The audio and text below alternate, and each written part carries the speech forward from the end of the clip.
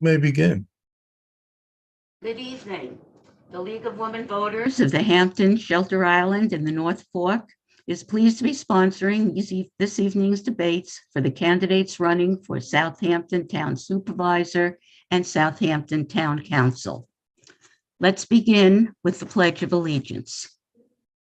I pledge allegiance to the flag of the United States of America and to the nation for which it stands, one nation, under God, indivisible, with liberty and justice for all.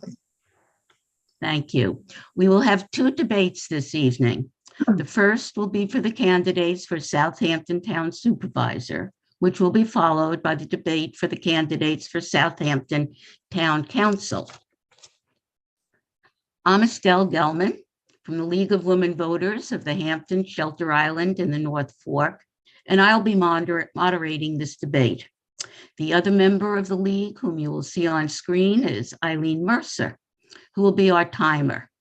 Others in the League involved in bringing you this debate are Arlene Hinkemeyer, who is our publicity chairperson and served as liaison with CTV, and our Voter Services Committee, co-chaired by Neil Cohen and Ann Marshall. Our thanks go to all of those who contributed questions for the debate, and a very special thanks to the staff of CTV and Charles Certain in particular, whose technical support has made it possible to view this debate on YouTube. We also thank the candidates, and we thank you for watching. Just a quick word about who we are. The League of Women Voters is a political but nonpartisan national organization. While we never endorse parties or candidates, we are involved in the many issues affecting our community.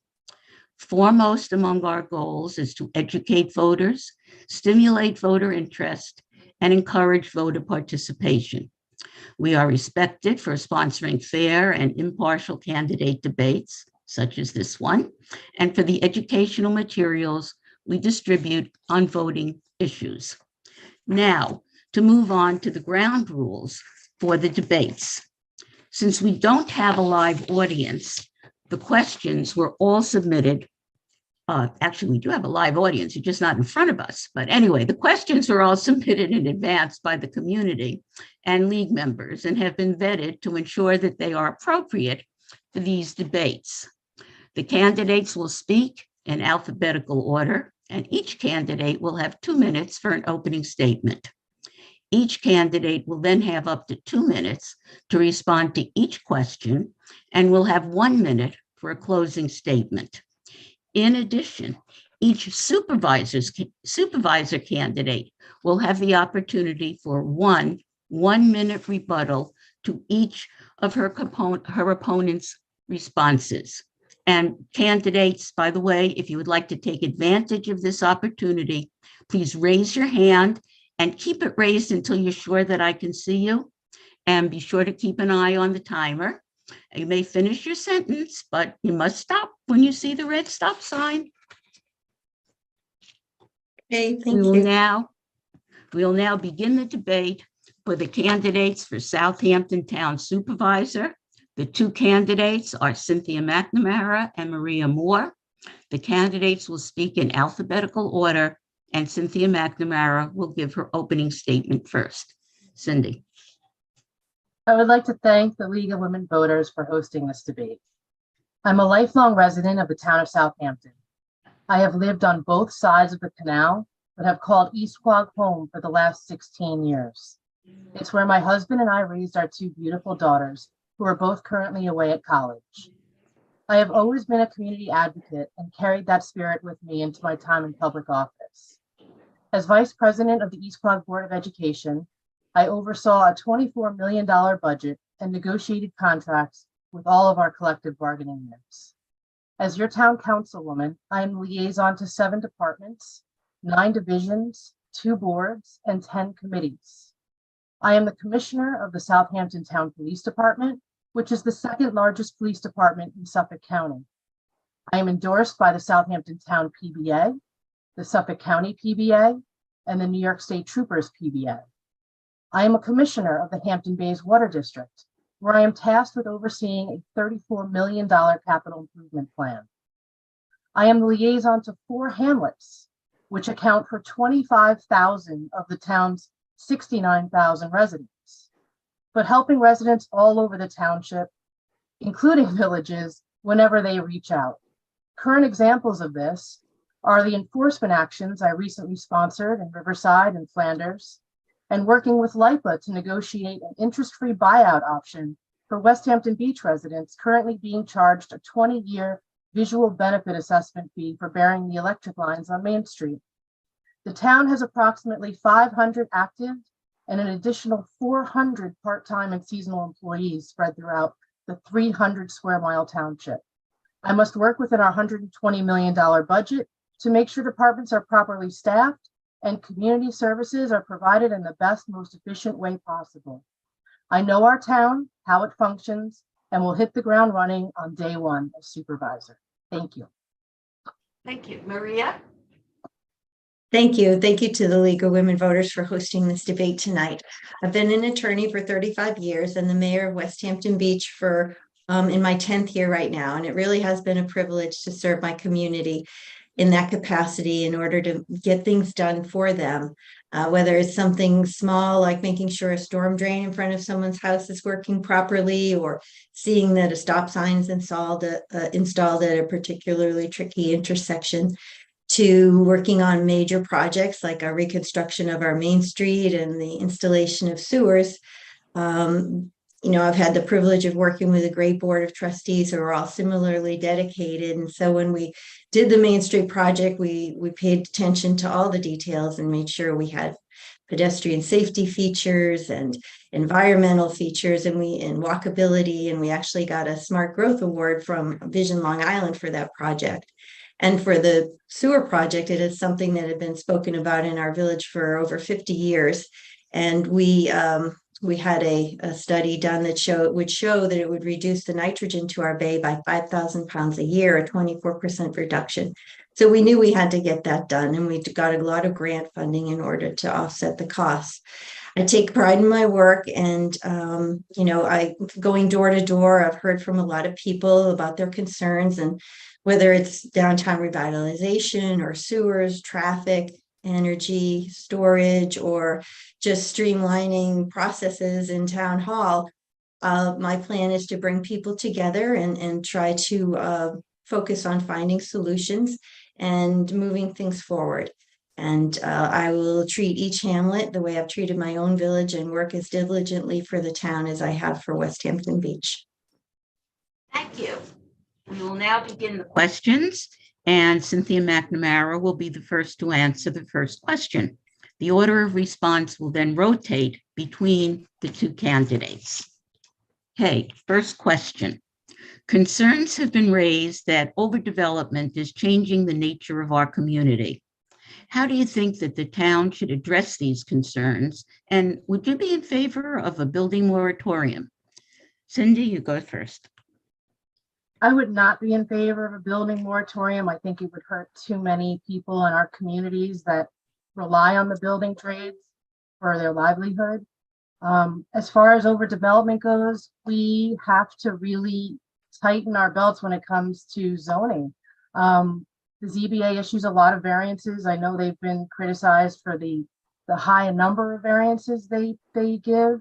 So I want to really work at what are the variances that are being issued that have almost become as of right, so that A, those people can free up their time and not have to go through a long drawn out process.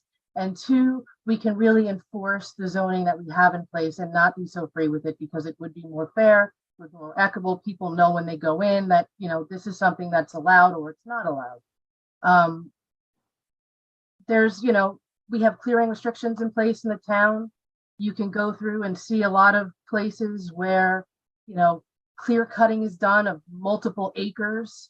And it's really a shame that we lose all of that natural tree growth and old growth. And I know our sustainability committee was looking at a tree code to have permits for tree cutting. I don't know if I would go to that extreme, but we definitely do need clearing restrictions on properties. I think a lot of people are blown away when they find out that certain lots have no clearing restrictions. So there's a lot of things we can do and a lot of ways we can address this. It's just getting everybody on board. Thank you. Maria? I think that, we would need to look at what we're doing in a comprehensive way. I know that the Community Preservation Fund has been preserving a lot of properties in certain locations and perhaps not in others. So we would want to look at, how just take a look at where that's all occurred and where the more housing and can go, but not just to be reactive. I agree with what Cindy just said, that we don't want to change the zoning just because somebody purchases a piece of property and asks to have that done. We should have more of a comprehensive plan and make people stick to the rules, and zoning's there for a reason and it should be enforced. Okay, thank you. Okay, Maria, you will be first on the next question. To store wind and solar energy, commercial battery storage is necessary. Although battery storage moratorium is in place, this is an evolving industry. How will you ensure sufficient protections are in place for the safety of the community? Well, I know there was a lot of concern, especially from the people in the hamlet of Hampton Bays, with the battery energy storage unit going in. And there was fear, there was anger, and the board reacted by putting in the moratorium, which is appropriate. And I know that the governor has got a committee looking at it, but I think that the town should also be looking at it on their own and looking at other locations. I don't know, there's in Vermont, I read that there's a plan to have smaller units located instead of one large unit. And so it just requires some more research. And I don't think they should be located in residential properties, because there is the concern about they burn for so long and they're putting chemicals into the air, into the water. So I'm hopeful that the town will be doing its own research and coordinating with the state and having input into what the state does as well. Thank you. Cindy? Battery energy storage is kind of a hot button topic right now. A lot of people, there's a lot of fires recently. People are scared, rightfully so. We have the moratorium in place. We are actually currently looking for experts in the field to have, work sessions and really discuss where these could be placed. The problem with finding experts is to find experts that are not also part of the industry and therefore involved in their best interests of having a hand in the zoning of what they're trying to put through. So we are looking for those people. There 100% has to be community input. There has to be a community board of people. I mean, we had a great amount of people that came out with a whole lot of info to our public hearings. I would want those citizens involved in the process so it's open and transparent. They know what we're having discussions about. They can send representatives and be part of the process. But I think what people don't realize is right now, yes, we have a moratorium in place, but the utility companies could actually put these wherever they want on their own property, because it is, a utility use, and the town would be preempted from regulating what they do on their property. So it really something that we need to do soon, because if we're not proactive, we're going to be reactive to this. So it is 6 months. I do think we're going to go beyond that, but we do have a lot of work to do. First and foremost is finding those experts that we can really lean on to give us correct information. Thank you. Maria? Oh, sorry. Cynthia, you'll be the first for the next question. There is concern that the impact of individual development on traffic is not being addressed. How would you tackle this issue, and what do you think the town can do to decrease traffic density and increase traffic safety? So decreasing traffic density would be, the best and, quickest thing we could do would be trains. So we need these sidings up and running. There currently are some that need to be revamped. Having more commuter connections would be amazing, because I know there's teachers and there's hospital workers that really want to use that train. the schedule just doesn't work for kids in school and pickup times and such. So there really needs to be more flexibility. You can't have somebody coming out here and then they're stuck out here until 5 o'clock. If, God forbid something happens, they need to get home to a child. Or so there was a talk of these little scoot trains that could go back and forth. So that's something we could definitely look at. Another is possibly finding more LI-40 sites out east that are affordable, where landscapers and construction workers can have their equipment. I know the town was trying to look into this so that they could put workers on the train and come out to their trucks and not have to drive all of those trucks east every morning and west in the afternoon.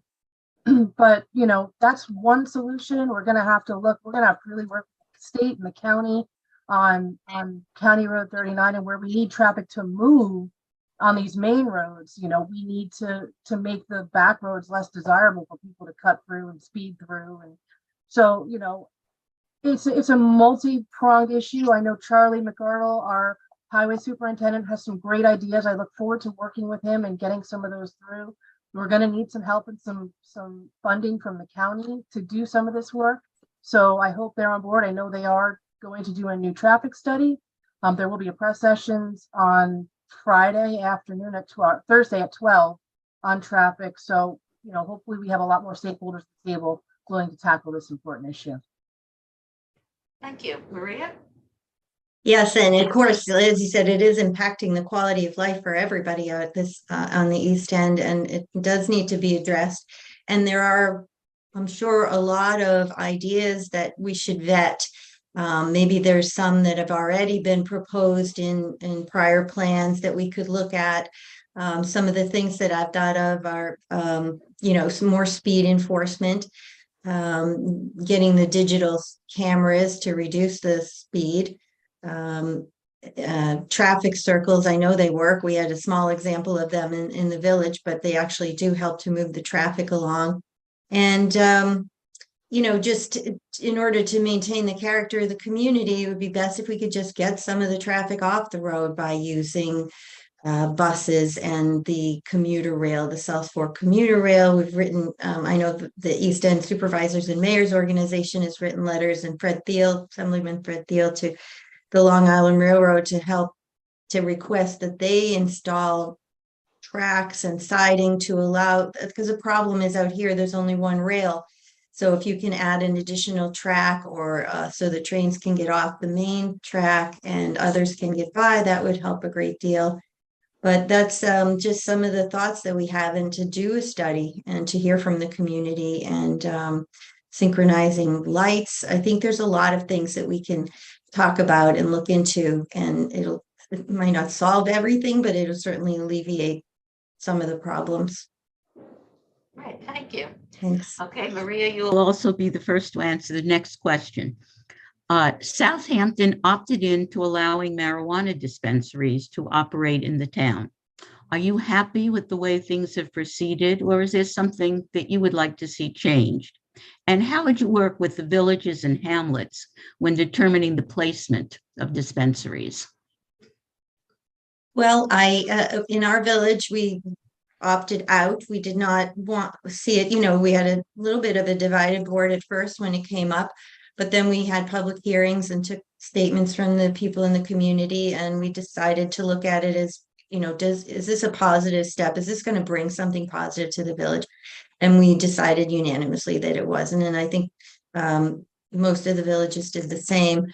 I know the town is allowing the dispensaries, and so then the decision is where do they go?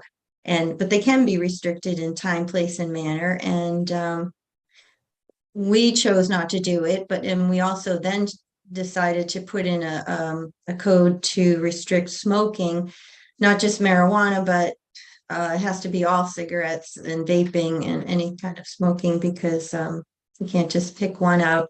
So because we didn't want somebody, smoking on a bench on Main Street when there's children there, eating ice cream, or at the beach or in our park. So we restricted it to that way. And in my opinion, it shouldn't be villainized to be relegated to places that are, where I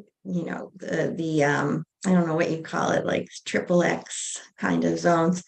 But, maybe I would treat it more like we would liquor stores, so that's my thoughts on that. Okay, thank you. Cynthia? Cindy? So I didn't have the option of opting out because the board had already made that decision when I came on. So what fell to me was the zoning of the dispensaries, and we worked with our deputy town attorney. And we waited. I know some towns put the zoning out and then the state preempted them on a lot of things and they had to go back to the drawing board. So we waited until the state regs were out. We put our zoning, and I think, the best places we had available to us. I asked that they not be placed in village business because every other village in the township had opted out, and I didn't feel it was fair to our hamlets to have it on their main streets when they had no say in it. I asked that it not be placed in light industrial because our contractors are already very, very short on space. So if we made those areas, ready for dispensaries, they would be fighting with a much bigger influx of a lot of money that they couldn't help to compete with. So I asked that it not be in light industrial. So we are down to highway business and shopping center business, places where you would expect retail establishments to be. As far as working with the hamlets to figure out where they should be placed, it's going to be very difficult. We're already seeing applications. We're seeing 2 and 3 applicants for the same location because they are so limited, basis on what's available in the zoning and whether or not they're for rent or they're available or there's loans on the properties. There's a whole host of issues. So they're coming. There's applications in just about every hamlet. If I had my way, I would have left this to the Shinnecock Reservation and let them have the revenue from it. And it's already there. They're selling it, and let them have the income revenue from it. I didn't think it was something we needed to take on by a town, but it's here, and we're going to regulate the best we can. I know we're going to work with our addiction and recovery committee to put training in place for our youth. Thank you. Okay, Cynthia, you'll be next on the next question also.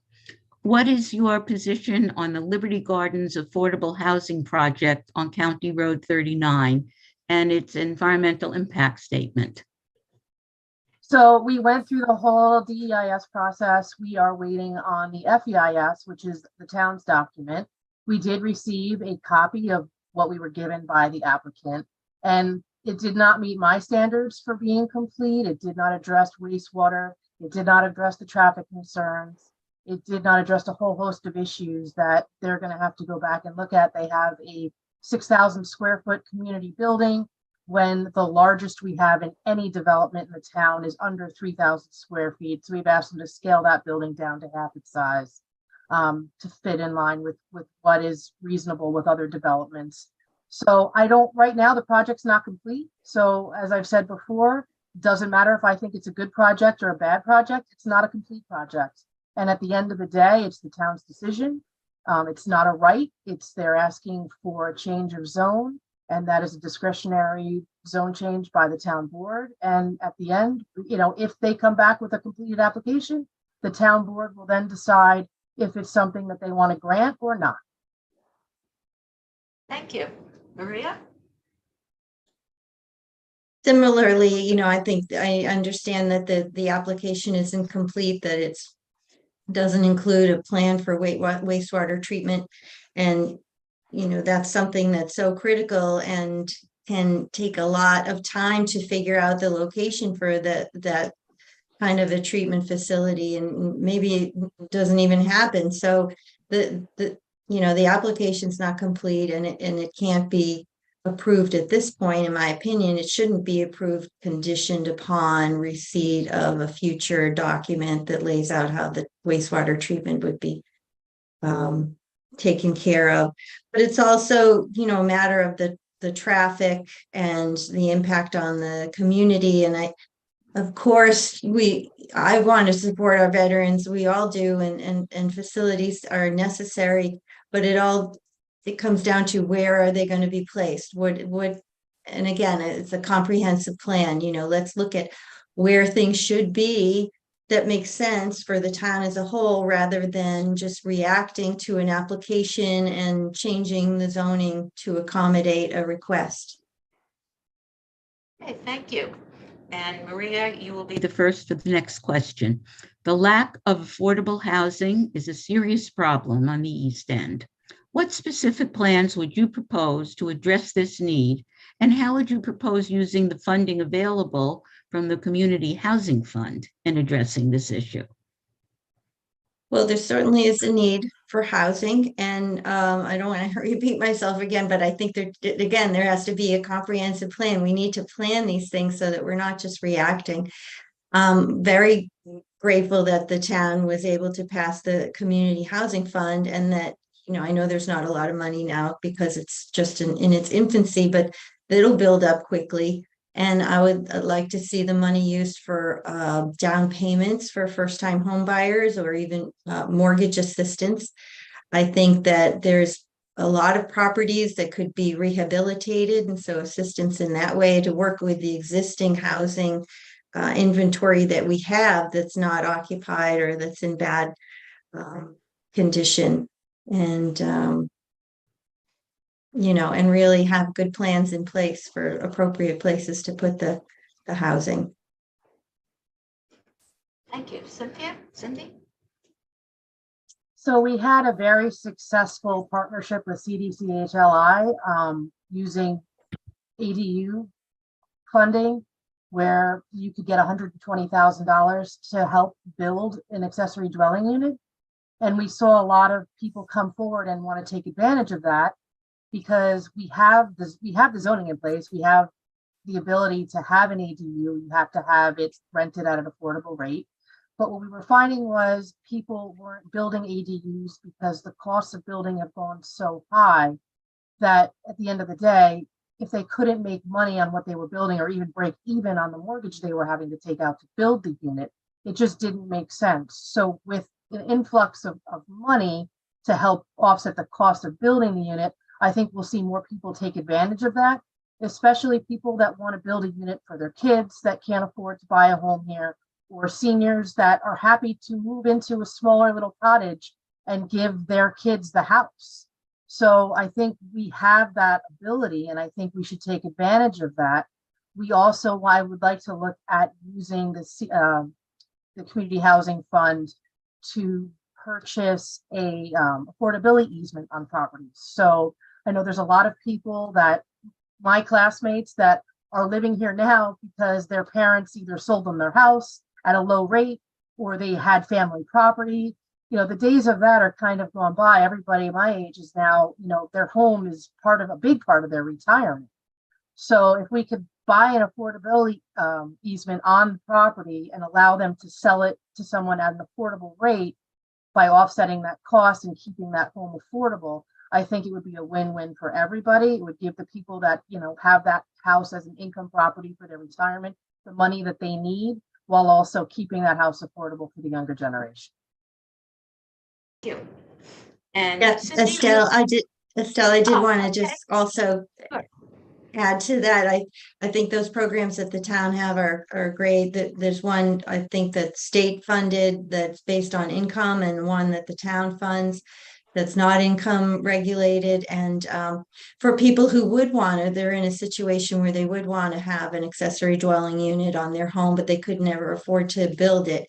And so now with the town's assistance and the state's assistance, that can happen, so that they can continue to have their own home ownership, but they can provide housing, rental housing for some other people who need that. Okay, thank you. All right, the next question, Cindy, you'll go first. Mhm. Do you support the creation of a Bridgehampton Main Street Historic District? And where would you stand on the possible expansion beyond Main Street in the future? So we are about to have a public hearing on that, and I really want to hear from the residents of Bridgehampton. I want to hear from the property owners involved. We have heard from a few of them that have requested that they not be included. So I do really want it. It's kind of, premature to ask about that. I did sponsor the public hearing on it because I do want to hear from the community. So we have to take into consideration the community's concerns. I understand wanting to keep the historic aspect of Main Street. I think, too many times, Main Streets kind of get modernized and people lose that feel of their historic neighborhood and the feel of their downtowns, and it kind of all gets whitewashed. So I'd like to keep of course, I'd love to keep, the Candy Kitchen. There's all these iconic buildings in Main Street, Bridgehampton. But I would really like to hear from the residents and the property owners before making that decision. Thank you. Maria? I feel the same way, that it's important to hear from the community. I know it's important to maintain the community character and to respect the history and the historic features of the buildings, but it also has to be balanced against the people's rights to, do what they would like to do with their own property. So it is balancing. The downtown is maybe the appropriate place to be expanded. I don't know. It's also, if there are people that have good reason to show that they should be exempt, I'm sure the board would take that into consideration. Okay. And Maria, you'll be the first on the next item. Would you support proposals for additional wind farm initiatives? Well, the wind farms are important. We certainly have to get more diverse sources of energy like the solar and the wind farms. It's my understanding that they're safe, but I know that there's a lot of concerns lately about the mammals and what's it doing to the fishermen and their abilities to make a living. So for me, the jury's still out on that. I'm sorry, but I don't have enough information to actually draw a conclusion as to the safety. I think it's still being looked at and discussed, but it certainly seems to be a great source of energy for our community. Okay, thank you. Cindy? Right now, no. I think we are just seeing, the state the governor just vetoed a bill and they were denied a rate increase. We have one of the highest electric rates in the country. And, to go with wind and to go with green energy is great, but we also need an affordability aspect for our residents. And, to go to wind and have it go astronomically high because of the cost of construction and steel and, everything involved with it, I would want to see that it wasn't going to cost our ratepayers more in the end. Yes, we need to go with green energy, and yes, we need to take that change, but we need to do it in a responsible way, and we need to be, it's first is not always best. So we really need to, slow roll this, I believe. I know, you get backlash on that because, there's a climate change crisis and everybody wants to go 100 miles an hour. But we really need to know that it's not going to hurt people financially. It's not going to hurt our fisheries, and there are other aspects that need to be looked at before we just go all out on this. Okay, thank you. And Cindy, you'll be the first on the next question. Stony Brook Southampton campus has been sitting idle when it could be a potential asset for the East End. What would you like to see done with the campus, and what steps would you take to get Stony Brook to do that? So I know Fred Thiel has been working with them, and I know he's been as of late in the news upset with what's going on at the campus. It really is kind of disgraceful when you see that we have a housing crisis and you drive through that campus and you see all of the potential for housing that's just sitting with big red X's on it because it's been condemned. There is a gentleman who is trying to form a school for the trades and has this great vision for opening the campus housing, rehabbing it, using the trades, and then putting our youth in there and giving them, opportunities to apprentice with different tradesmen and use the train to get out east to jobs, because the train station could be opened up again there. And it's really this great plan that I think would bring life back to that campus, and it would really help our contractors with the issue of providing labor, it would help get people off of the roads. So I think it has a lot of merit. And I've been at their meetings. I went to their trade convention. We've had several, I know Congressman Laloto was present at one of them, and a few other people. And I really think this is something that we can work together and do, because I don't even think the hospital, even if they do end up going there, would need the entire campus site. So I think we could do both, or at least, get something going now. And the hospital, it remains to be seen if they're going to raise the money to go there or not. And I hate to see that campus, that beautiful campus, sitting idle and just, degrading over time. Okay, Maria? It is a waste of space right now, that is for sure. And, with this housing crisis going on that we have, that it's, if only we could get those units rehabilitated and used. I agree, same thing. There's so much potential there. So we really need to work with the state and encourage them to, allow those to be used for housing.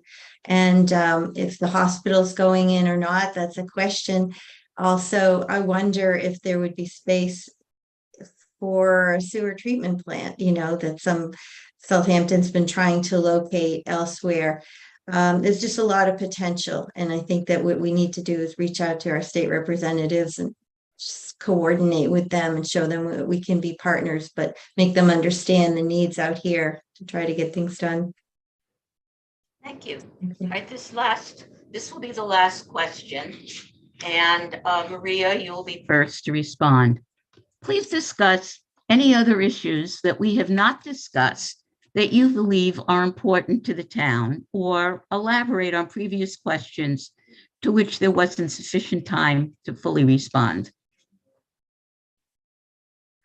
Oh, let's see. There's, a big problem, an issue in the town that I see is the water quality issue. And, we've done our part in West Hampton Beach by installing the sewers. When we first started with the project, there were some naysayers that said, no, what's the point? You're just going to be a drop in the bucket. It's not going to make a difference. And we always thought, you have to start somewhere. Maybe we would set a good example for others. And I know there's communities like Riverside and Hampton Bays that have been, really in need of the help of sewer treatment. And also, so I would be very happy to dig into those projects. And the IA systems, I know that the town always sets a number, several million off the top of the Community Preservation Fund for the IA systems, but it would be great if there was more educational outreach to get people to want to do it. It's a big job to install it in your private property, but there's funding through the town and the county to pay for it. So if people knew that and we could help them work through the process, that would be very advantageous to get it, the more people, the better. And of course, encourage the county legislature to pass the 1/8 of a cent tax to give some of that on the sales tax to get that funding available for IA systems and sewers. Thank you. Cindy? So I had stated that I started as a community advocate in my hometown in East Quogue. I fought for connections to water mains when we had contamination in our wells with PFAS. I fought there was a giant golf course development coming into my neighborhood. I actually share a property line with it. And when that came through, yes, we all wanted to see all of that land preserved. And when we found out that preservation was off the table, we then decided, you know what, we need to figure out what is the best thing for our community. And that thing was the PDD, which got denied, and our community lost $13.6 million in real community benefits. I know they were real community benefits because I fought for some of them while I was on the school board. They would have benefited the school directly. There were scholarships for our children. There was 33 acres at the head of Weesuck Creek that would have been preserved. There was a number of things that our community, parking downtown, things that we truly needed that we lost because of a town government that didn't listen to us. So I ran for public office And I ran because I wanted to hear people. I've been very active in my community and other communities. Like I said, I have 4 CACs, 25,000 residents, but I don't just stop at those hamlets. I listen to everybody and I try to take what they say to heart. And we've had a supervisor that for 8 years has legislated from the safety of a village. And when I say that, I mean when he puts zoning and other things in place that go in your backyard, marijuana dispensaries, he lives in a village. They can't be put in his village, but they can be put in your hamlet. And so that's why I ran. I ran to listen to the people. And I think I've done that in my time in office, and I will continue to do that as supervisor. Thank you. Okay, the candidates will now give their closing statements in reverse alphabetical order, and Maria Moore will go first. Maria? Thank you. Thank you for the opportunity to speak with everyone tonight. I love where I live, and I know all of you do too. It's been a privilege to be the mayor of West Hampton Beach for the last 9 years and to work collaboratively with my board and to find solutions to get things done that are helpful to the community as a whole. And I would love to show that same dedication and respectful leadership in the town of Southampton. Experience matters, and I have the skills and the knowledge that I've developed over the last 9 years to find solutions and to work together to create a comprehensive plan that brings a fair balance to the entire town when it comes to issues of traffic and housing and energy storage and water quality. And I'd be honored to be the supervisor for the town, and I'd like to, just fix what's broken, but, protect what's great and just prepare for the future. Thank you. Cindy? One of the most rewarding opportunities I had while in office was participating in a forum hosted by the League of Women Voters for young women interested in government titled Running and Winning. I really hope you offer that one again soon. It was inspiring to listen to the stories of other women elected to public office on the East End and engage with high school students, encouraging them to stay involved, especially in local government. I recently tried to convince a friend to run for town trustee. She would have been amazing, but she declined. She declined because she was afraid of this election is the first time I have been subject to negative campaigning. The mailers filling your mailbox at the cost of $10,000 each contain twisted facts and outright lies. Negative campaigning hurts us all because it discourages good people from seeking public office. I will defend my record, but I will not engage in negative campaigning. If you have a question about my record, please don't hesitate to reach out. I'm happy to speak to anyone. Thank you, and thank you for hosting this debate. Thank you. Estelle, may I have just 30 seconds to just respond Well, to that, please? we don't have rebuttals to closing statements. I'm sorry. Okay. But thank you both for your participation and for your thoughtful and informative responses. We're going to take a short break now before we begin the debate for the candidates for town council. Thank you. Thank you.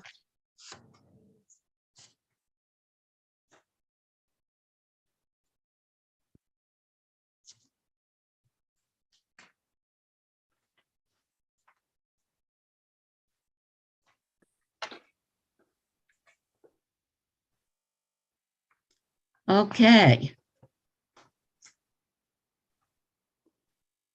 We will now begin the where's William Parrish? I don't want to begin until he comes on. He's there. There he is. Okay. We will now begin the debate for the candidates for Southampton Town Council. The candidates for this position are Michael Iacilli, Richard Martell, Bill Pell, and William Parrish. The candidates will speak in alphabetical order, and each candidate will have 2 minutes for an opening statement. Each candidate will then have up to 2 minutes to respond to each question and will have 1 minute for a closing statement. In addition, each candidate will have 3 opportunities to speak out of turn for 1 minute, to rebut a response from the other candidates. If you would like to take advantage of this response opportunity, please raise your hand and keep it up, make sure that I see it before you put it down. And be sure to keep an eye on our timer. What happened here? Okay. The candidates will now give their opening statements, and Michael Iacilli will give his opening statement first. Michael. Thank you, Estelle. Thank you, CTV and League of Women Voters, for putting this together. I am Michael Iacilli, and I'm running for Southampton Town Council. I live in Noyac with my wife, Christina, who is a nurse, working with the special needs population, and we live here with our dog, Gracie, a cute little golden doodle who gets way too much attention. I am running because it's time for new vision in Southampton. For far too long, hamlets like Hampton Bays, North Sea, Flanders, East Quogue, the Shinnecock Nation, and other parts of our town feel left behind. Too many working class folks that I speak with feel that they're losing control of their communities and they're losing control of their futures. People want leadership that isn't part of the career politician machine. And at the same time, people want someone who comes with experience. I'm someone who is ready to do both. I come ready facing the challenges that we are facing here as a region in Southampton, but I'm also ready to challenge the status quo. I've worked as Legislator Fleming's community liaison, connecting residents to social services like the county's Department of Health Services, drug addiction services, social services, and even connecting folks to the town when necessary. At the same time, I've helped in the policymaking process. I've helped draft critically important legislation, protecting the environment and working toward greater affordability for ordinary folks. And before my work with the county legislature, I worked in the Brookhaven Town Call Center and Clerk's Office under the administration of Ed Romaine, helping connect constituents to various services to fill potholes and tree trimming, as well as digitizing documents so FOIL procedures is more accessible and I've gained that understanding in the town of Brookhaven and also the county legislature. We need a council member who's experienced, knowledgeable, passionate, and committed to public service. And if I'm elected, I'm prepared to work with Democrats and Republicans to ensure Southampton is more proactive for everyone. Thank you. Rick? Estelle and Eileen, I want to thank you and the League of Women Voters for having us on tonight. It's always great when we can all get together and go through all our different views. I mean, you know, you have a lot of good people here, a lot of good candidates this year.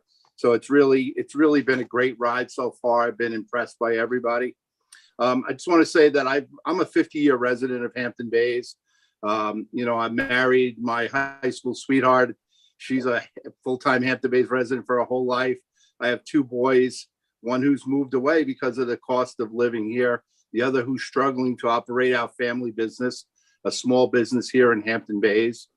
I've done a lot of community service over the years. I've been a member of my Kiwanis Club in the Southampton town for 43 years.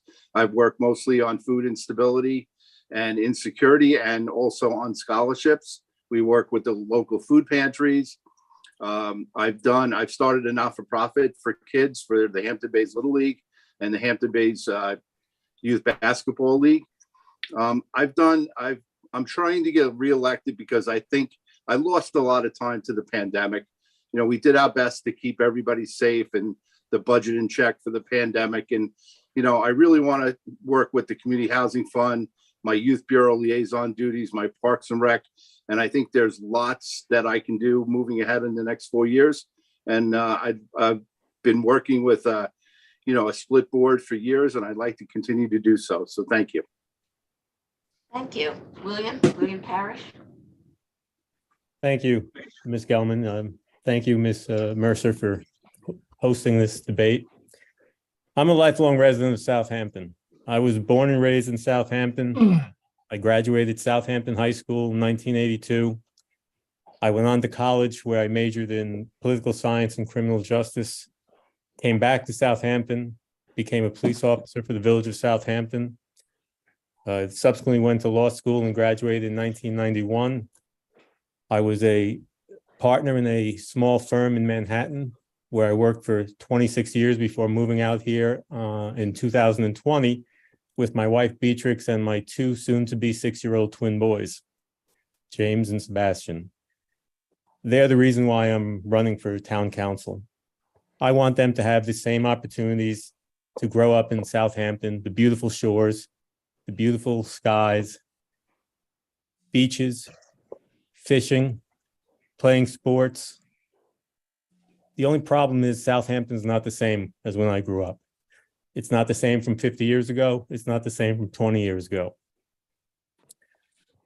Our lakes and ponds are the home to blue-green algae. This comes from undoubtedly septic systems. We need to update our septic systems. We need to clean our bays more. The old antiquated septic systems must be removed. There must be legislation to have all waterfront houses update the septic systems. The town is home to unbearable traffic jams. Construction is out of control with larger houses, making our woods and farm fields disappear. The trade parade routes now include Noyak Road, where Hampton Jitney buses, concrete mixers, 18-wheelers use it every day. They go barreling through the roads at high speeds. This has to stop. Drivers use their smartphones to find shortcuts to avoid using the main roads. It makes the residents. Time is up. All right, Bill Pell. I'd like to thank the League of Women Voters for this opportunity and taking the time, and all the people who are watching this. My name's Bill Pell. I've been a trustee for the last 14 years in the town of Southampton. I love being a trustee. I learned a lot. I met a lot of people over the years. And one of the reasons I'm running is for being involved as a trustee. I see how the town board's been working. I see it's going in the last few years, going in the wrong direction. It forgot how to listen to the people in the different hamlets. It goes way too far until the people have to come out and stop complaining like they did in Hampton Bays. That should have stopped a long time ago. There's 5 people on the board. One of them could have got up and said, hey, wait a minute, let's relook at this. The zoning has to be changed. The code has to be looked at. Yes, we get more police officers. We have a tremendous amount of traffic. All I want is a nice place for our kids and us to live. Once I become a town board member, the whole town is my backyard. I would look at it, would I want it in my backyard? Why would I want it in your backyard? And one more thing I want to say is about the negative campaign, what Cindy spoke about. Marie had nothing to do with that. That was done by an independent outfit, which she knew nothing of. Thank you. Thank you. We will now begin the questioning, and Michael Isley will answer the first question. And remember, if you want to rebut a question or a response, just raise your hand and make sure I see it. All right, the first question. The lack of affordable housing is a serious problem on the East End. What specific plans would you propose to address this need? And how would you propose using the funding available from the Community Housing Fund in addressing this issue? Great first question. We are facing an affordable housing crisis here. Many young people are leaving. Working people have to live west of Southampton in order to work here. And that's just not sustainable. We need to find solutions, but solutions that don't necessarily add to the density and that could negatively impact our environment, because we do have significant sort of not in my backyard attitude when it comes to development here, and rightfully so in some circumstances, because people are seeing clearings of acres upon acres of wonderful woodlands that makes Southampton such a beautiful place. It's why we all live here. It's why we've chosen to live here. And so I would work to actually fast track the 72H program, where tax defaulted properties typically get sort of encompassed by the county and are put off to auction at market value. I'd like to make sure that we, as a town and other towns, we work with the county to ensure that we get those lists ahead of time. And that's really utilizing existing infrastructure, existing buildings. And I'd also be interested in giving code enforcement a bit more teeth, when it comes to dwellings that we have, vacant dwellings in various parts of our community, buildings with empty storefronts, or landlords that don't want to do anything to their buildings to make them nicer and put some productive use to them. So I'd like to do that. That's number one. And I'd like to utilize the community housing fund to help with down payment assistance and mortgage proposals. Mortgage assistance is something that Rick Martell has mentioned numerously. I would support that. But we do need to actually first deal with the infrastructure that exists now, and make sure that we could actually get them before they go off to auction, and work with folks like Habitat for Humanity and our housing authority to make sure we can get those to be built for families in need. Thank you. Rick? So I mentioned in my opening that I do have two boys. One's 29, one's 35. The 35-year-old is not coming back to Southampton town. It's just way too expensive, even though he has a great job. It's a large portion of his income would be spent on housing. To get started from scratch is very difficult here. So by working with the Community Housing Fund, it's a multi-pronged approach. We can start with the down payment assistance that Michael had mentioned that we've been talking about numerous times. Derelict properties throughout our community that bring down property values could be repurposed. We could certainly invest in buying up the properties, tearing them down, and allowing young families to start by building a new house on those properties. The Community Housing Fund could do affordable developments. They don't have to be 100 units. They could be 12 units spread out throughout the town. We certainly need them on the east side of the canal. We can piggyback on some of the building that we do as a town. If we put in a new nutrition center or a new community center, maybe we can add 6-8 units with that property, since it's our property already, and build it out so we have apartments. It's a crisis. We really need to find a way to keep our young people here. And it's something I would really love to be able to work on. Thank you. William? Thank you. Affordable housing is one of the biggest problems we face right now. Our young people can't find a place to live. Our seniors and those people that are on fixed income can't find a place to live. They're being forced to move out. We have to take an affirmative step. There are properties that the town can buy through the community preservation funds. There are refurbished houses available for refurbishment, the zombie houses. The Coast Guard barracks is in West Hampton. That's up for sale. That should be researched. I think the town has to take affirmative steps and be the first one.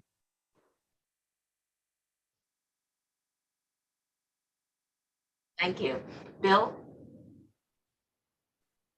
We all had the previous speakers all had very good ideas. We have to take everyone's ideas and put it together and come out with a solution. I have two daughters and they struggle. Both of them struggle to have a house here to stay in the town. We have to look at every idea and make it work so that people can stay here. That includes the older people and the younger people and the middle-aged people. Thank you. Thank you. All right, the next question, Rick will go. William, you wanted to say something? Yeah, I just wanted to comment. The Southampton College campus, if it's not going to be used for a hospital, it's a great place to have affordable housing, workforce housing, first responders housing. And the old hospital, if a new one's built, the old hospital would be a great place to also convert into affordable housing. Thank you. Okay, the next question, Rick will go first. What do you think should be the priorities of the Community Preservation Fund? And how would you facilitate the implementation of those priorities? Community Housing Fund or Community Preservation Fund? Community Preservation Fund now. Okay, so the Community Preservation Fund has been more of a success than anyone ever dreamed of. We've taken so much property and preserved it, the Pine Barrens, waterfront properties. The Preservation Fund has almost $200 million available to preserve even more. The fact that we use 20% of it for water quality, I think it's time to increase that. I think we need to also be able to invest in our infrastructures after we preserve them.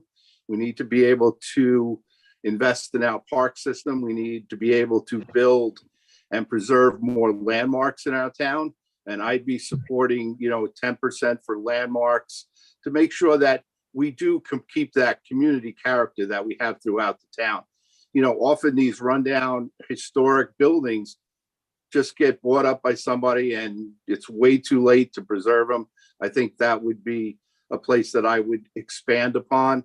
But again, we do a great job of preserving anything that touches water, anything that is in the Pine Barrens, anything that could help us, down the road preserving, our quality of life. I think we do a wonderful job. CPF does a tremendous job.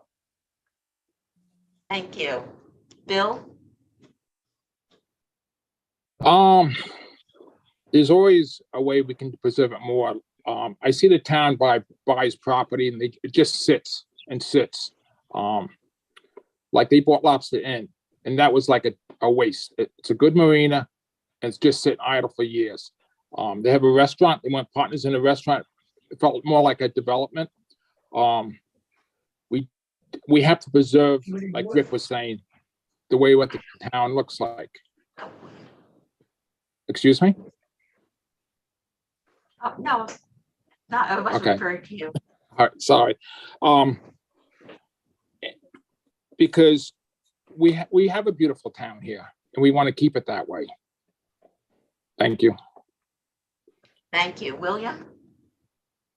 Yes, the Community Preservation Fund is the first place we should look. It does good things. It has a lot of property. The property's sitting idle. It could be used for many things.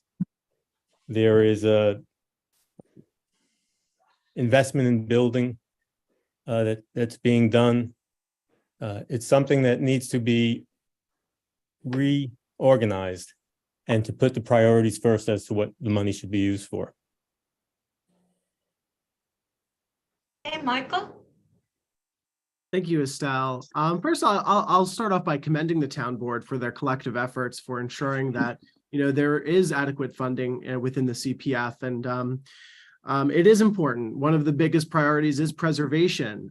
You heard from some of the other candidates talking about preserving our community aesthetic, what makes Southampton rural, and ensuring our coastal character. But one of the main things that I think we need to make sure that we do is apply funds toward water quality protection programs. So I'd like to see some of the funding in CPF move toward expanding some of our efforts with Cornell Cooperative Extension, the Havens Beach with regard to eelgrass restoration, which we are seeing a reversal of scallop die-off. Let's move to nitrogen reduction efforts in our bays and our waterways. The Shinnecock Nation is doing great work with respect to kelp cultivation. We're seeing aquaculture that has been sort of dying out come back, which is really great for our fisheries, and it's great for our local economy. So we can see a real multiplier effect if we can apply the CPF funds in a way that is productive for our coastal and marine-based growth here in Southampton. I'd also like to say that in addition to that, we have $4.2 billion in the New York State Environmental Bond Act that could match some of the CPF funding to help us move in the direction of ensuring water quality protection and the preservation of our environment. So I'd like to see us take a comprehensive approach, looking at what we have available within state funds, and also being smart about how we look forward into the future as Southampton Town. Okay, the next question, William will go first. Southampton opted into allowing marijuana dispensaries to operate in the town. Are you happy with the way things have proceeded? Or is there something you would like to see changed? And how would you work with the villages and hamlets on the placement of dispensaries? Well, I think the town opted out. That was a great thing to do. I think it was the right choice. The villages should follow the town's steps. I think the Shinnecock Indian Reservation should be the sole place that the marijuana dispensaries are located. I think there's not enough procedures in place. There's not enough organization for enforcement of the procedures. I think it's going to be, the first time out is going to be hard to manage. Okay, Bill? I agree with Bill. Paris 100% on that. I think it should stay with the Shinnecock Nation. Let them do it. Let them make the money. The town's not equipped to handle this so quickly, and our police force have to be enlarged to take care of some of the trouble that it could cause. Thank you. Thank you. Michael? Thank you. Thank you so much. Yeah, I thought we opted in, but yeah, in terms of the dispensaries, let's just first say that the dispensary rollout, the laws that the state has come out with, it's been an utter failure. Their ability to sort of work with the local towns and municipalities on this has not been very good. I would have liked to see a better coordinated effort on that. And I think what we need to do is we need to work with Assemblyman Thiel and Senator Palumbo to see what the licensing process looks like for companies, businesses that want to open dispensaries. I agree with my colleagues. Let's give all the revenue to the Shinnecock Nation. They deserve it. There's been long-stemming historical injustice, development that encroached on their land. They deserve to have the revenue that is of course driven by that business, and they're of course leading in the forefront of that. But I do think as a town, just like we added the sustainability element to our comprehensive plan, let's maybe add another element or an addendum to our comprehensive plan, which, by the way, the comprehensive plan hasn't been done since 1997. But we should definitely be putting an addendum together that's looking at the placement of these facilities. I think it's really critical that we look at the proximity to residential areas, schools. That's important to consider. I see what's happening in Bridgehampton, the possibility of a dispensary opening there. I know that there are concerns. I am concerned about its proximity to a residential community. So we do need to take all of those things into account when putting together a plan for the future. Thank you. Rick?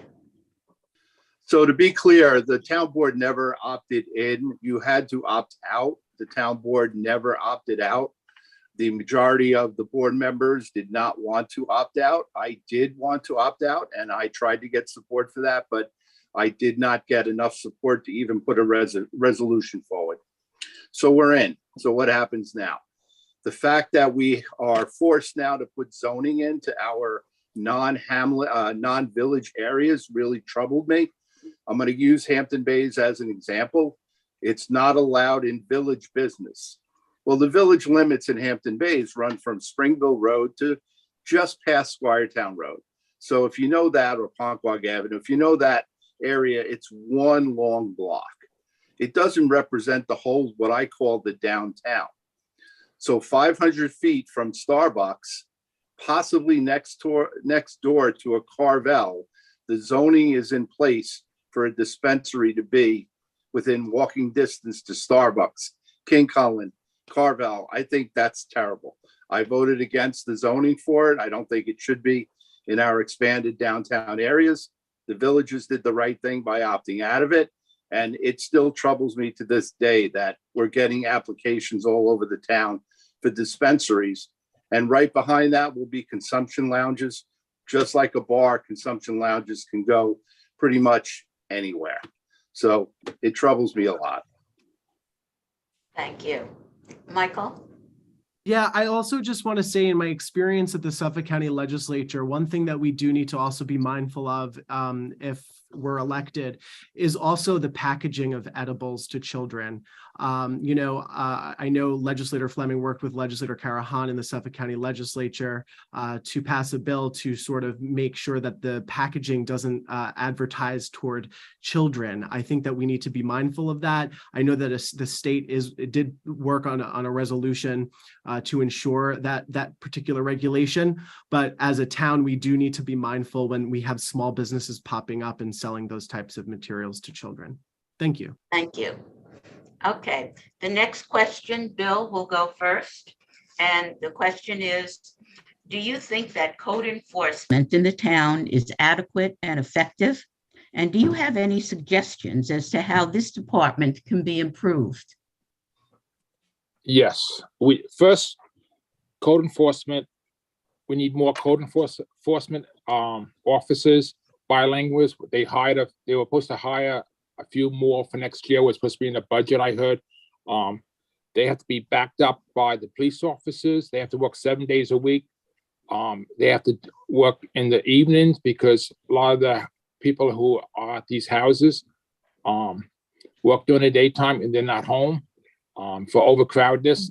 They have to go after the landlords, but not having rental permits, and where the houses are all broken up into small apartments. It just has to be really looked at. I was speaking to one of the code enforcement's officer the other day. He wished me luck, and he said, please walk around our office, see what we need. We need help. I hear that from a lot of people. A lot of the offices in town hall and outside of town hall, they lack support from the town board and Thank funding. you. Michael? Yeah, so no, code enforcement isn't adequate. I think we should be looking to Brookhaven Town and see how they do things. A lot of it comes down to also our zoning codes. We have to sort of update them to meet the requirements that we'd like to have enforced by code enforcement officers. So it's not just about having more code enforcement officers, but it's also ensuring that there is sort of some legal binding authority that is connected to that in order for there to be some enforcement and better enforcement mechanisms in place. You look at the fact that you have the Hampton Bays Diner, which is, I know there's a landlord, but it's remained vacant for a while now. And that's just is inviting vagrants. You hear people in Hampton Bays and other parts of the community saying, there's panhandlers, there's a reason why. And it's particular because, you have these vacant dwellings that exist. And I know that Southampton Town Board has taken some steps to try to enhance code enforcement, but, we need more teeth on our zoning and also on our code enforcement abilities. We should be trying to figure out ways we could maybe issue citations when there's no progress made after a certain point in time. We have to make sure that mechanism is in place and has, again, a little bit more authority so that code enforcement officers can do their job. And by the way, that's a quality of life issue as well. If we can ensure this, we also ensure the safety and quality of life of our community.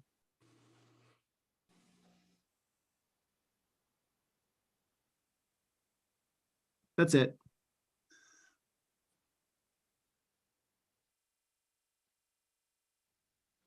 Did we freeze? Rick? All right. So Ryan Murphy, our head of safety, will tell you the same thing that I'm about to tell you. We've had quite a turnover in code enforcement. It's hard to find people to fill those positions from time to time. We have hired 3 new code enforcement officers. They all are bilingual, which is a big help when you show up to, a property and you do find an owner or you do find someone who doesn't understand the rules and needs to be walked through the process. We do need evening and weekend enforcement. Absolutely. We need to have a collaborative effort with the police department where a car is assigned to a code officer so they can see what the neighbors see. A lot of times the neighbors say, I looked over my fence and I saw this. Well, unless you let us on your property, we can't look over that fence, so there has to be a little bit more of a cooperative effort with the residents who are making these reports. We do have an SOS system that you can make complaints online anonymously. And they have caught up on almost all of those complaints. So it's running well. We're just not seeing a lot of the items on the agenda that the neighbors and the homeowners are seeing. So we're working on getting, like I said, the police to go with them and more of a camaraderie with the residents. Thank you.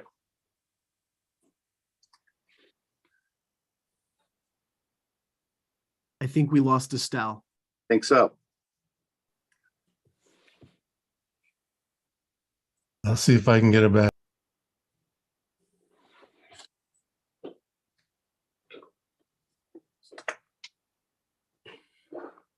Shall we go around and just name our favorite band? Certain moves. I don't have the list of questions, otherwise I'd ask you all. My puppy wants to go outside. I think I'm the only one who needs to go to finish up on the code enforcement. If I should start now, or should I wait for Estelle? Yeah, go ahead, Bill. I agree with Rick with what he said on code enforcement. We need more code enforcement officers. We need education. We need the community participation. People that rent houses in the summertime without permits can result in harm, can result in brutal consequences. We saw a house in Noyak without a rental permit catch fire 2 years ago, and 2 young girls were killed. We need the community to participate and to fill us in on their observations. We need the enforcement officers to go, not just during the day, like Bill said, but they should go at staggered times. Go in the morning one time, go in the evening one time, go in the early morning another time, because these people are educated. They know how to avoid being caught. There's too much, it's rampant, the violations that exist. Why don't we do closing statements?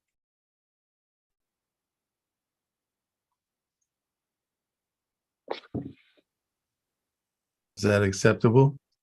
Well, I know that Estelle had a question that if something wasn't covered, that you'd prefer to speak out about it, that wasn't covered in the questions. I don't know if you all want to address that for 2 minutes each. Or should we wait? Where is No, I think we should go.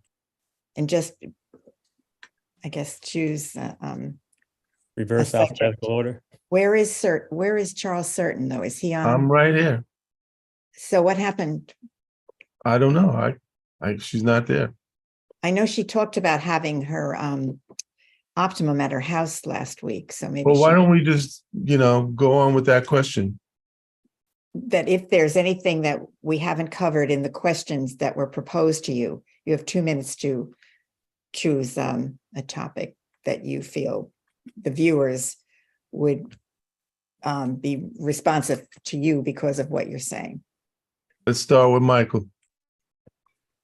Thank you. So sure, one of the things that I observe going door to door is that there are a lot of folks that I talk to who believe the town has grown out of touch. I mentioned at the top of the event tonight that a lot of people feel like they're losing control of their communities.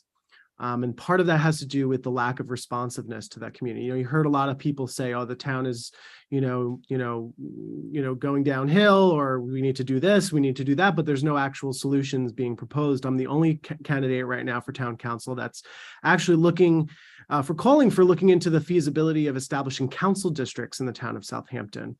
We have 4 council members that are at large that aren't actually held accountable by any particular group of hamlets. And that's actually problematic. In the town of Brookhaven, if you have 6 council districts, and each council district makes up a number of hamlets.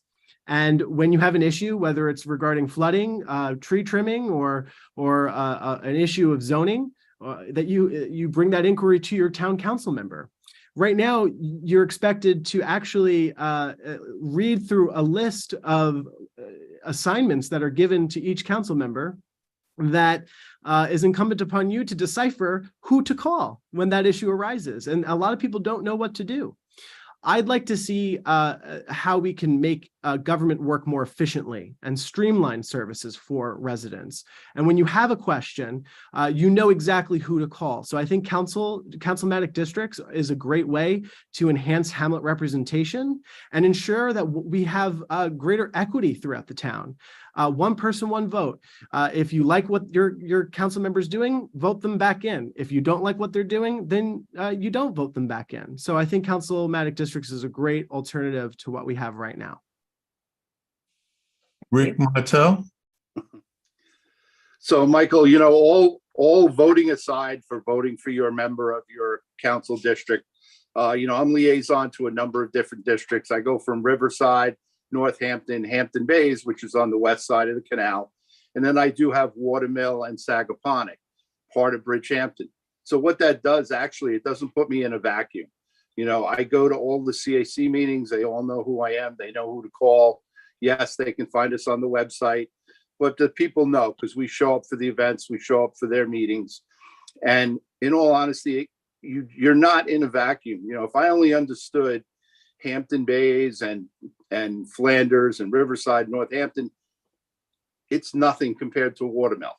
It's far drastic from Sagaponic. So I get to understand how the whole town views different issues, not just in my district. I like the way we're doing it now. The voting aside, I think you'll find out too, if you get on, is that you really get to meet so many more people by having, you know, your different liaison duties, whether it even be the parks. There's a park in every single part of the town. You know, you get to move around, and it's a pleasure to meet everyone in the different hamlets. I like the way it is now. You know, just keep it as it is. May I respond? Yes, you have Thank 1 you. minute. Thank you. With all fairness, though, Rick, the people of Hampton Bays, Flanders, and Riverside, they don't feel adequately represented, you know, and we need to look at what the science says. You know, SUNY New Paltz put together research that demonstrated that councilmatic districts actually ensures that the interests of every geographic part of the jurisdiction is represented, is most familiar and preferred to by voters, and it was also shown to improve representation for marginalized groups, in particular working people and middle-class people. For far too long, Southampton has paid attention to the very wealthy and well-connected for way too long. It's time that we change that. We need to make campaigning less expensive so we get big money out of politics and we have a more organized town that is responsive to the needs of people. And by the way, the question was to actually mention something that wasn't mentioned previously, but it's okay. Right. I thought we were all following through on the same question. But it's great that we're talking about it. It's important that we do talk about this. And you're right. Hampton Bays and Flanders, they get very discouraged on how slow government moves, and I understand that. It doesn't mean that we're not working hard every day for them, and I think they understand that. Bill Pell. Well, that's kind of tough to beat on those two guys, but I really think that if the town board members got up and did what they're supposed to do and did the job and listened to the people, the town would be a lot better. Do their homework. Just don't listen to someone who's promoting something, like the battery in Hampton Bays. If they don't like something what's going on, speak up. If they don't have anyone to second on the town board, then go to the people. Bring the people in to help you. That's what they're there for. They put you there, so you're supposed to be helping them out. And again, it all goes back to listening, and the town board has to go in another direction. You just can't keep on dumping on different townships, different boards. It's not right. And also, when I became a trustee, the whole bay became my backyard, all the creeks. So what I would want in my backyard would be fine in your backyard. I would not want to put something in your backyard. I would not want it in my backyard. That's the same thing that goes with the when I become a town board member. If I look over the fence, it's going to be the same fence I look over. That's what I want to see. Something what you're proud to be, have a nice neighbor, not a battery, not a pile up a bunch of old cars. We have to take pride in the town. Thank you. Mr. Parrish. Thank you, sir. Touching on what Michael and Rick and Bill talked about with the districts, the town board needs to be in touch with everybody. They need not to go to just one district. They need to go to every district. They need to spread themselves around. That's how you get to know the pulse of the community. I think there are certain members of the board right now, Rick and Cindy not included, that have lost the touch. They've lost the pulse of the community. You had Jay Schneiderman show up at the Hampton Bays meeting and say that with the lithium storage batteries, the lithium battery storages, that he would live in an area probably that had it. He didn't know that the hamlet of Hampton Bays was so far against it. They were incensed that this was voted in. The other thing I want to touch on is the police department. We have a great police department, but it hasn't grown in the same steps as the population has grown in Southampton. We need to increase the police officers' presence. We need more police officers. We need more enforcement officers. They've just hired 3 or 4 police officers, but that doesn't take the place of the police officers that have retired and have been promoted. We need more police officers for every district, for every sector. Okay, closing statements. You're allowed 1 minute to convince the voters that you'll be the best person that will have their interest when you make decisions. And William, you can go first. Thank you, everyone, for tuning in tonight. I thank the League of Women Voters for hosting the event. The town is going through a change. We're going to have new faces on the board. We're definitely going to have a new supervisor. We're going to have 1, if not maybe 3 new board members when it's all said and done. You need someone that's going to listen to the voices of the community. You need someone that's going to speak on behalf of the community. You can't just sit by and do nothing. 30 seconds. There's a lot to do, and we have to take 2 steps back before we take 3 steps forward. It starts from organization. The supervisor is going to be in charge of gathering up the troops. That person's going to need help. They're going to need talking to, convincing, whispering in their ear. I'm there to help. I'm willing to do this for my community and to make this town a better place. Thank you. Bill Pels, next. Just want to say thank you for everyone who tuned in and to listen to us tonight, and the League of Women Voters. Just like Bill was saying, we're gonna have new members on the town board. We're gonna have a new leader. We need a leader like Marie who will listen, who did a beautiful job in West Hampton. The trustees had worked with her, had a wonderful relationship with her. We need someone who's going to listen like myself, who cares about the town. There's other good members who are running are the same, but it's all up to the people who vote. Take your choice, take your time, and pick the right person who you think is going to listen and do the job for you to protect your community and your backyard. Thank you again, and thanks for tuning in tonight. Mr. Martell. So thank you, Charles. Thank you to the League of Women Voters again for having us here tonight. Thank you for the other candidates also. You know, we have these conversations off camera too, and and it really is a pleasure that we can get the ideas together. And whoever makes it to the board, I'm sure that we will work together and do the best we can for the town of Southampton. There are some things that are still going on that the town board has been working on for quite a while. Our renewable energy resources that we're trying to put in, the CCA, the community choice aggregation, the fact that we still haven't gotten East Hampton to change routes for helicopter noise. I'm putting legislation forward for the park setting for the Bel Air Cove Motel, which took months and months of convincing the board members that we could finally make a passive park that the people of Hampton Bays wanted. We're working on panhandling legislation to make it safer to drive down Route 24 instead of swerving out of traffic to avoid a panhandler.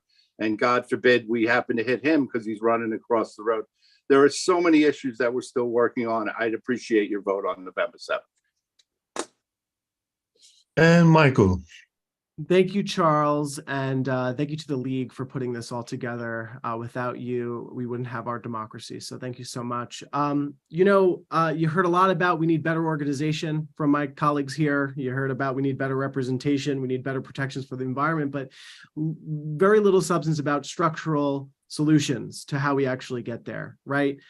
We actually have an option. We have the opportunity to elect a new vision for Southampton that will put forth a plan that will involve the community, a bottom-up approach, like the traffic mitigation task force that I'm proposing to put together so that we could hear from the community, the CACs, the civic organizations, our law enforcement partners, so we could identify problem corridors and fix this traffic crisis. I'm talking about councilmatic districts to enhance representation, better protections for our environment, ensuring our bays and waterways are clean for people. I'm proud to be the only council member candidate endorsed by the Sierra Club, the Long Island Federation of Labor, SEIU 1199, Suffolk County's AME, among many other organizations and individuals such as Assemblyman Fred Thiel. I'm asking you, the people of Southampton, for your vote on November 7th so we can create a better Southampton for all. Thank you. great job. Thank On you all. behalf of the League of Women Voters of the Hamptons, Shelter Island, and the North Fork, I'd like to say thank you for all the candidates tonight. I wish you all good luck and make sure you vote. Nothing happens if you don't vote. Good night. Thanks, Thanks, Charles. Charles. Thanks, Thank you. everyone. Yes, thank you, everyone.